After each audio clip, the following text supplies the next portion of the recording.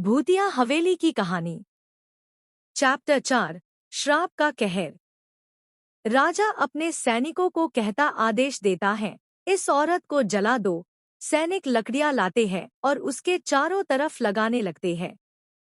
वो औरत कहती है, तुम मेरे शरीर को तो जला सकते हो मगर मेरी आत्मा को कैसे जलाओगे? हाँ हाँ हाँ, जलाओ मुझे। एक आदमी हाथ में मशाल लेके आता है और उसके पास जाने लगता है। राजा कहता है, जला दो इसे। वो हंसते ही रहती है। वो आदमी लकड़ियों को आग लगा देता है। वो औरत चिल्ला चिल्ला के कहती है, हे राजा, मैं तुम्हें नहीं छोड़ूंगी। तेरी इस हवेली को मैं बर्बाद कर दूंगी। आपसे जो कोई भी तेरी हवेली में आएगा वो जिंदा वापस नहीं जाएगा। ये मेरा श्राप है, मैं उस हवेली को खंडर बना दूंगी। ये राजा, तू और तेरा परिवार अब नहीं बचेगा, मैं सबको मार दूंगी। हाँ हाँ हाँ। देखते ही देखते वो औरत से जलकर राख हो जाती है। उस औरत की श्राप को राजा ने कुछ मन में नहीं लिया मगर कुछ गांव वाले उसके श्राप से डर रहे थे। कुछ दिन बीत गए और एक दिन जंगल से कुछ अजीब की चिल्लाने की आवाजें आने लगी। गांव वालों को लग रहा था कि कोई जानवर जंगल में रो रहा होगा, लेकिन आवाज रोज रात को आने लगी। वह थोड़ा डर गए और अभी सुबह कुछ गांव वाले राजा के पास गए। राजा कहते हैं, क्या हुआ, आप क्या क्यों आए हो? गांव वाले कहते हैं, राजा साहब, पिछले कुछ दिनों से हर रात को जंगल से भयानक चिल्लाने की आवाजें आ रही है। उस आवाजों से बच्चे बहुत डर रहे हैं। उनमें से एक गांववाला कहता है, मुझे लगता है औरत के श्राप का नतीजा है। उसका दिया हुआ श्राप सच हो रहा है। राजा कहते हैं, नहीं नहीं, ऐसा कुछ भी नहीं है। मैं अभी मेरे सैनिकों को जंगल जाकर देखने के लिए कहता हूँ, आप घबराएं नहीं। राजा के सैनिक जंगल जाकर देखते हैं मगर उन्हें वहां कुछ नहीं मिलता। सैनिक राजा से कहते हैं, महाराज, हमें जंगल में कुछ नहीं मिला, लगता है कोई जानवर रात को रोता है। राजा बोलता है, ऐसा ही कुछ होगा। राजा गांव वालों से कहता है, मेरे सैनिकों ने जंगल में जाकर देखा मगर उन्हें वहां कुछ नहीं मिला, लगता है कोई जानवर ही रोज रात को रो रहा है। गांव वाले वापस चले जाते हैं। उसी रात को जब रामू सो रहा था तो उसे कोई हवेली के बाहर रोने की आवाज आती है। वो उठकर हवेली के बाहर जाता है। हवेली के बाहर उसे कुछ भी नहीं दिखाई देता। उसे फिर से रोने की आवाज आती है। अब वो आवाज हवेली के पीछे जो छोटा सा बगीचा था उससे आ रही थी। रामू बगीचे में जाता है तो उसे एक काली साड़ी पहने हुए एक औरत रो रही थी। उसके सफेद बाल थे। रामू कहता है, कौन है वहाँ? कौन रो रहा है? वो औरत और जोर से रोने लगती है। रामू धीरे धीरे पास जाने लगता है। वो उस औरत से पूछता है, ये कौन हो तुम, क्यों रो रही हो? वो औरत रोना बंद कर देती है और धीरे धीरे पीछे मुड़ने लगती है। पीछे मुड़ते ही वो एक भयानक आत्मा बन जाती है। रामू के पैरों तले जमीन फिसल जाती है। रामू बहुत डर जाता है और भागने की कोशिश करता है मगर वो आत्मा उसे भागने नहीं देती। वो जिस तरफ मुड़ता आत्मा उस तरफ आती। वो चिल्लाने लगता है, बचाओ बचाओ, मगर उसकी आवाज किसी को भी सुनाई नहीं दे रही थी। रामू आत्मा से कहता है, मुझे छोड़ दो, मैंने कुछ नहीं किया। आत्मा उसका कुछ भी नहीं सुनती है और उसकी तरफ बढ़ने लगती है।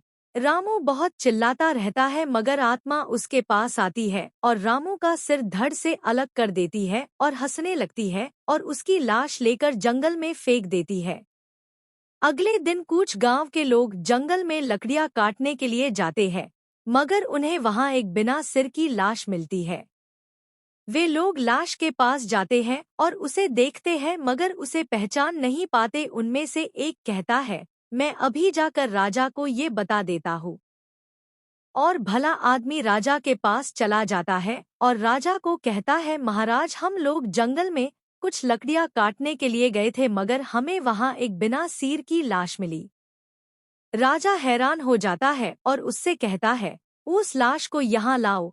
आदमी वापस जंगल में चला जाता है और बाकी से कहता है, राजा ने हमें इस लाश को हवेली में लाने के लिए कहा है। वे लोग लाश को हवेली में लेकर जाते हैं। राजा उसके पास जाता है तो वो तुरंत पहचान लेता है कि वह रामू की लाश है। उसे विश्वास नहीं होता कि रामू किल्ला से और राजा उन गांव वालों से कहता है, क्या तुमने इसका सिर खोजा? वो लोग कहते हैं, नहीं महाराज। राजा गुस्से से अपने सैनिकों को कहता है, जल्दी जाओ जंगल में और उसका सिर खोज कर लाओ। सैनिक तुरंत जंगल में जाते हैं और उसका सिर खोजने लगते हैं। वे उसी पुराने गुफा में जाते हैं तो उन्हें वहां रामू का सिर पड़ा हुआ मिलता है। सैनिक उसका सिर एक कपड़े से ढककर हवेली में आते हैं। राजा पूछता है, क्या हुआ, मिला सिर? सैनिक उस शरीर के पास जाकर उस सिर को वहां रखता है। राजा सिर से कपड़े को हटा देता है तो वो आश्चर्यचकित हो जाता है, क्योंकि वो राम की ही लाश थी। राजा बहुत दुखी होता है और उसके आंखों में पानी आता है। रामू उसका बहुत ईमानदार नौकर था। रामू के शरीर कले जाकर वो उसका अंतिम संस्कार कर देते हैं। एक गांववाला कहता है, उस औरत की आत्मा आ चुकी है, अब वो किसी को भी नहीं छोड़ेगी। राजा वहां से चला जाता है। और उसी रात को अमावस की रात थी। राजा को नींद नहीं आ रही थी। वो सोच में डूबा था कि रामू को किसने मारा। उसे लग रहा था कि उस गांव वाले की बात सच है, उस औरत की आत्मा आ गई है, औरत ने दिया हुआ श्राप सच हो रहा है। तभी अचानक हवेली की सारी लाइट बंद चालू हो रही थी। राजा अपने बिस्तर से उठकर खड़ा हो जाता है। तभी उसके परिवार वाले डरकर उसके कमरे में आ जाते हैं। राजा उनसे पूछता है, क्या हुआ? आप सब लोग इतने घबराए हुई क्यों हो? राजा के बच्चे कहते हैं, हमारे कमरे में कोई तो है जो हमारे पलंग के नीचे से अजीब आवाज निकाल रहा है। राजा कहता है, आप डरो नहीं, हम अभी जाकर देखते हैं। वो जैसे ही जाने के लिए निकलता है तभी सारे खिड़कियां दरवाजे अपने आप बंद होते हैं और राजा के कमरे की लाइट बंद चालू होना रुक जाती है। तभी उनके सामने अचानक एक भयानक आत्मा आती है। वो सब लोग बहुत डर जाते हैं। आत्मा कहती है, ये राजा, मैंने तुझसे कहा था ना, तू और तेरा परिवार नहीं बचेगा, मैं सबको मार दूंगी, हा हा हा। राजा कहता है, हमें माफ कर दो, हमें छोड़ दो। आत्मा कहती है, ऐसे कैसे छोड़ दो, तुम्हें तो सजा मिलेगी। और राजा और उसके परिवार को मारकर उनको जंगल में फेंक देती है। और अगले दिन गांव वालों को जंगल में राजा और उसके परिवार की लाशें मिलती है। तब से गांव में डर का माहौल हो गया। उसके डर से कुछ गांव वेल तो शहर जाकर रहने लगे। आगे क्या हुआ ये जानने के लिए सुनिए कहानी के चैप्टर 5 को। आज की ये खास और मजेदार कहानी आपको कैसी लगी, नीचे कमेंट में जरूर बताएं।